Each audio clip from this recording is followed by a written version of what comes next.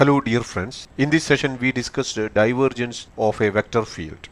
If the vector field f of three variables x, y, z given by f of x, y, z is equal to p of x, y, z I plus q of x, y, z j plus r of x, y, z k is the velocity field of a fluid, then as shown in the figure, the volume of the fluid flowing through an element of surface area delta S per unit time, that is, the flux of the vector field F through the area delta S is approximately height into area of base. Height is the component of F in the direction of the unit normal vector n.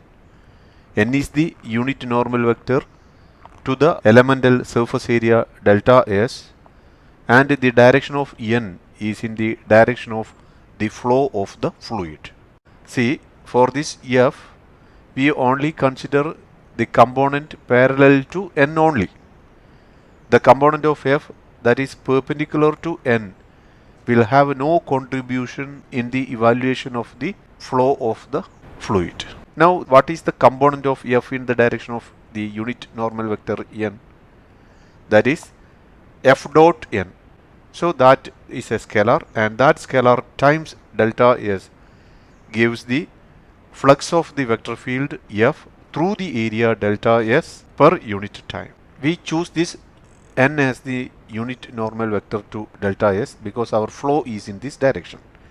If the flow is in the direction opposite to that of n, then we have to consider unit normal vector in that direction. Now consider the rectangular parallel pipette shown in the figure. See, the parallel pipette is chosen in such a way that triple XYZ is a corner of the parallel pipette. The side that is parallel to x-axis has length delta x. This side, this side, this side and this side has length delta x. The side that is parallel to y-axis has length delta y. The side that is parallel to z-axis has length delta z. So the volume of the parallel pipette will be delta x, delta y, delta z.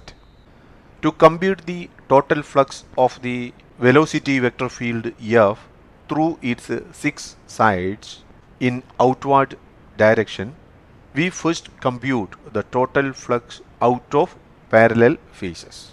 We take the face that is parallel to the xz plane as the F1 face, that is, this one is the F1 face, and the area of the F1 face is the change in x times change in y, so that is delta x into delta z here, and its outward unit normal is unit vector in the negative direction of y axis, and it is negative j. So the flux of the vector field F through the face F1 is the normal component of F, where negative j is the unit normal, outward unit normal to the face F1.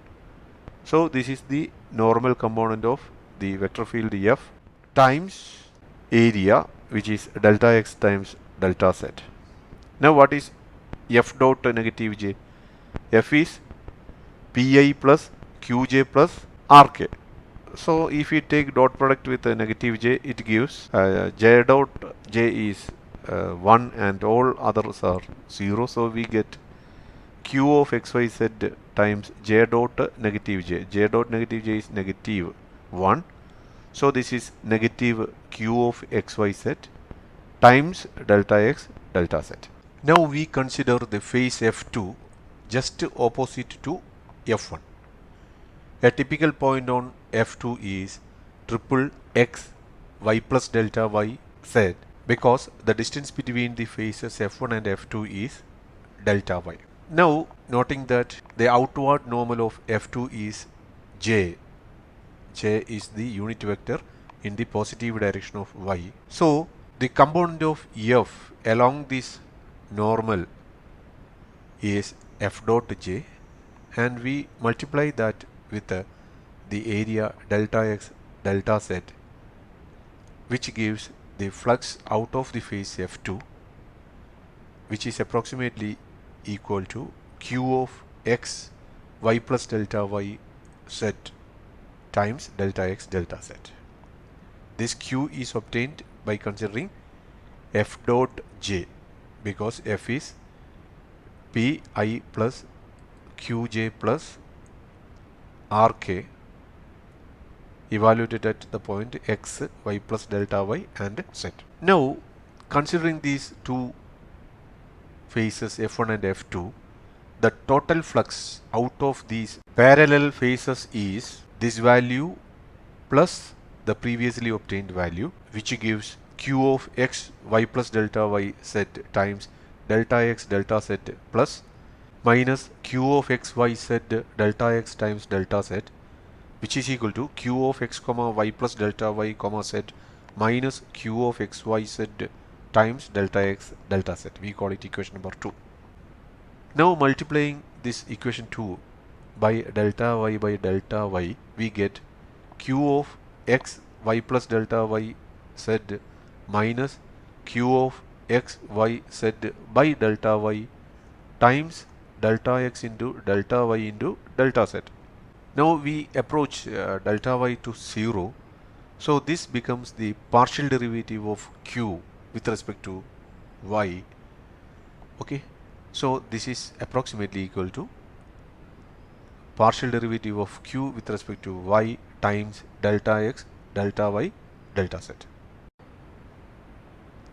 Arguing in exactly the same manner, we see that the contributions to the total flux out of the parallel pipette from the two phases parallel to the yz plane and from the two phases parallel to the xy plane are partial derivative of p with respect to x times delta y times delta z and partial derivative of r with respect to z times delta x delta y delta z. See, if we consider phases parallel to yz plane is this one, so we have to consider this phase and the phase opposite to it, and the contribution of the flux from those phases will be this one, and the contributions from the phases, the lower phase and the upper phase, is this one.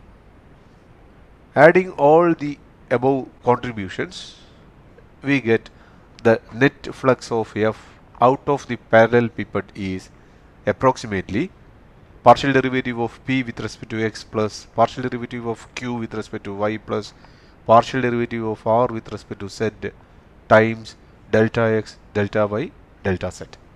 Now dividing the expression, the net flux of F of the parallel pipette by delta x delta y delta z, we get the outward flux of F per unit volume as, we get the quantity inside this bracket, and that is this one, and that is we taken as div F or divergence of F.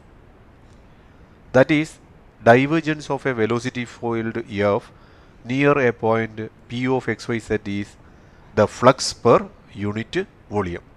Divergence of F or div F is the flux per unit volume, so div F is also called flux density.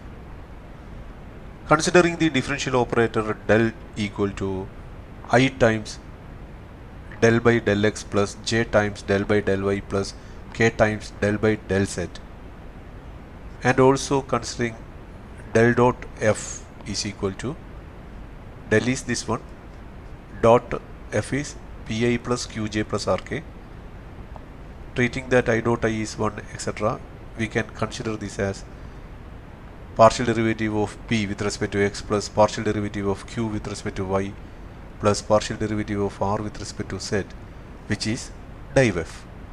So del dot F is another notation for div F. We note that divergence of a vector field F is a scalar, it is a real number. Now if at a point P div f at the point P is greater than 0, then we say that the point P is a source for the vector field F because there is a net outward flow of fluid near the point P. That is shown in this figure. When div f P is greater than 0, then P is a source for the vector field. If div f P is less than 0, then the point P is said to be a sink for the vector field F because there is a net inward flow of fluid near the point P. See, in this figure, P is a sink for the vector field because there is a net inward flow of fluid near the point P. If div f P is equal to 0, then there are no sources or sinks near the point P. The divergence of a vector field can also be interpreted as a measure of the rate of change of the density of the fluid at a point. In other words, div f is a measure of the fluid's compressibility. If div f is equal to 0, the fluid is said to be incompressible. In electromagnetic theory, if div f is equal to 0, the vector field F is said to be solenoidal. Now we consider some examples. If F is the vector field given by x square zi minus 2y cube z square j plus xy square zk, we find the value of div f at the point 1, negative 1, 1. By the definition, div f is the partial derivative of p with respect to x plus partial derivative of q with respect to y plus partial derivative of r with respect to z, where p is the coefficient of I, q is the coefficient of j, and r is the coefficient of k. Now, partial derivative of p with respect to x is partial derivative of x square z with respect to x, and that is treating z as a constant. The partial derivative is the derivative of x square is 2x, z is a constant. So this gives 2x times z. So we get this value. Similarly, partial derivative of negative 2y cube z square with respect to y is negative 6y square z square. The partial derivative of xy square z with respect to z is xy square. So this is the div f at an arbitrary point x, y, z. Now putting x is equal to 1, y is equal to negative 1 and z is equal to 1, we get the div f at the point 1, negative 1, 1 is negative 3. As another example, we find the divergence of the vector field of this vector field, and using the formula we get the divergence of f at a point xyz is 2xy plus 6y square z plus 3. As another example, we show that the divergence of the vector field f is 0, where f is yzi plus zxj plus xyk. It can be seen that the divergence is 0 by direct substitution. As another example, we show that the divergence of the inverse square field given by f at the point with the position vector r is equal to c by magnitude of vector r all cube times vector r. Magnitude of r is sometimes called norm of r. We show that the divergence of the f of r, which is given by c by norm r cube times r. Now what is f of r? See, it is given that f of r is equal to c by norm r cube times vector r. At a point x, y, z, the position vector r is xi plus yj plus zk. Then its magnitude is square root of x square plus y square plus z square. So norm of r cube or magnitude of r cube will be x square plus y square plus z square all raised to 3 by 2. R is xi plus yj plus zk, which also corresponds to the point x, y, z. So this is f of x, y, z is equal to c by x square plus y square plus z square all raised to 3 by 2 times xi plus yj plus zk. We have to show that divergence of this vector field is 0. For this purpose, what we do is we take the magnitude of r as the scalar r, and that is x square plus y square plus z square all raised to 1 by 2. With this, we can write this vector field f as cx by r cube I plus cy by r cube j plus cz by r cube k. Now what about partial derivative of r with respect to x? Partial derivative of r with respect to x is partial derivative of x square plus y square plus z square all raised to 1 by 2 with respect to x. That is equal to 1 by 2 times x square plus y square plus z square all raised to negative 1 by 2 times 2x. See, here we have used chain rule. See, we first put u equal to x square plus y square plus z square. Then this becomes del by del u of u raised to half and times partial derivative of u with respect to x. Okay, so first one will be 1 by 2 times u raised to negative half, that is this one. U is x square plus y square plus z square. Now what about del u by del x? U is taken as x square plus y square plus z square. So del u by del x will be 2x. So we get this one. Now what is this one? This one is 1 by r. So this simplifies to x by r. Similarly, it can be seen that the partial derivative of r with respect to y is y by r, and partial derivative of r with respect to z is z by r. Noting that f is equal to cx by r cube I plus cy by r cube j plus cz by r cube k, div f is partial derivative of the first component with respect to x plus partial derivative of second component with respect to y plus partial derivative of third component with respect to z. Thus, div f is c times partial derivative of x by r cube with respect to x plus partial derivative of y by r cube with respect to y plus partial derivative of z by r cube with respect to z. Now, partial derivative of x by r cube with respect to x is using quotient rule of differentiation. We get r cube times partial derivative of x with respect to x, and that value will be 1. So this is r cube times 1 minus x into partial derivative of r cube with respect to x. Partial derivative of r cube with respect to x. Here we have to apply chain rule. So partial derivative of r cube with respect to x is, we evaluate it as partial derivative of r cube with respect to r times partial derivative of r with respect to x. Now what is partial derivative of r cube with respect to r? That is 3r square. What about partial derivative of r with respect to x? We have already evaluated that it is x by r. Okay, so we get x by r all divided by r cube all square, because we are using quotient rule of differentiation. So this simplifies to 1 by r cube minus 3x square by r raised to 5. Similarly, or by symmetry, we can see that partial derivative of y by r cube with respect to y is equal to 1 by r cube minus 3y square by r raised to 5, and partial derivative of z by r cube with respect to z is 1 by r cube minus 3z square by r raised to 5.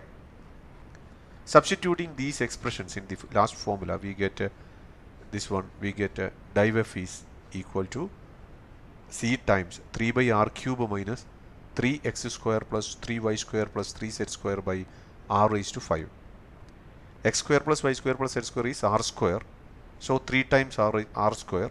So r square by r raised to 5 is 1 by r cube. So we get 3 by r cube minus 3 by r cube, which gives the value 0. As another example, we show that the vector field f given by yzi plus zxj plus xyk is solenoidal. A vector field f is solenoidal or incompressible if its divergence div f, which is also denoted by del dot f, is 0. Here div f is 0 on computation, so f is solenoidal. We have already seen in an example that the divergence of the inverse square field f of r is equal to c by norm r cube times r is 0. Hence this vector field f is also solenoidal. Now we discuss a special case where the vector fields are functions of two variables, a vector field in a plane or a subset of the plane. Suppose f of xy is a vector field in a plane or a subset of the plane, defined by at the point ordered where xy f of xy is equal to m of xyi plus n of xyj, where m of xy and n of xi are functions of two variables, scalar valued functions of two variables, so that at the point ordered where xy the vector is given by f of xy is equal to m of xyi plus n of xyj.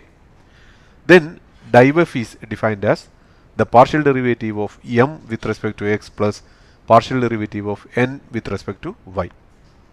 Here the partial derivative with respect to the z component need not be considered because we are in the xy plane or a subset of the xy plane. As an example, we consider the divergence of the vector field f of xy is equal to x square minus 2yi plus xy minus y square j. Here div f is by formula partial derivative of m with respect to x plus partial derivative of n with respect to y. Partial derivative of m with respect to x is partial derivative of x square minus 2y with respect to x. Treating y as a constant, the partial derivative will be 2x.